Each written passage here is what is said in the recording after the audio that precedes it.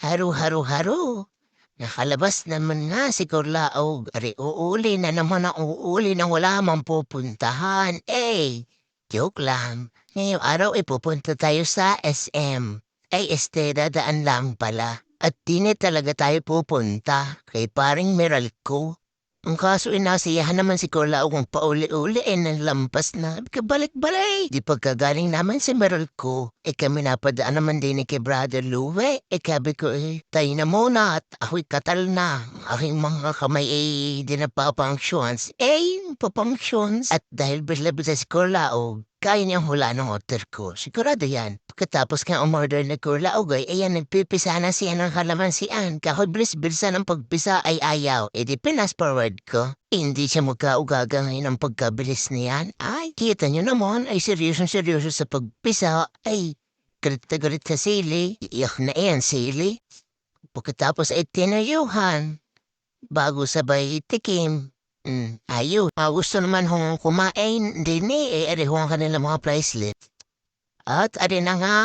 Nahulaan na nga. Order igit mama. Pag ari hindi ay karibok. Paano di tayo galit-galit muna. Takawilala mo na. Antay daw muna at mag-first bite muna daw si Kulao. Tuyo. Bay bula-bula. Tuyo ulit. Mekos-mekos sabay. Ayos. At dahil hindi ko na makayang umbusin ang isang order, kaya to the rest ko si Kulao. Sige, bira. Kumbati daw. Tapos siya ay lalas bite na daw. Sige.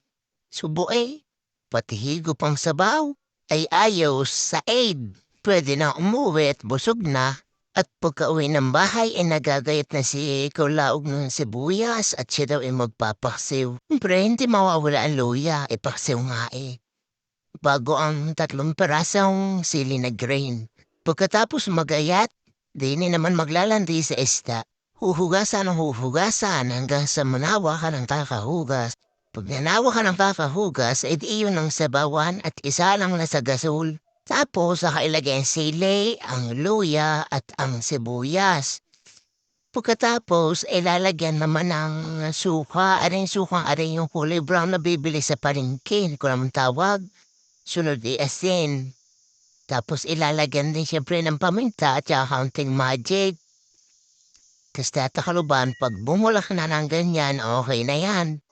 Siyempre, kailangan mo din naman tikman. Pag tikim mo't ayos na, edi ipatayin na at baka makapagtampo. Siyempre pagkatapos ahunin, ihain at kakain, ari na si Karlaog. Ay ang ngiti ay uumis-umis. First bite, ayos, yun lang.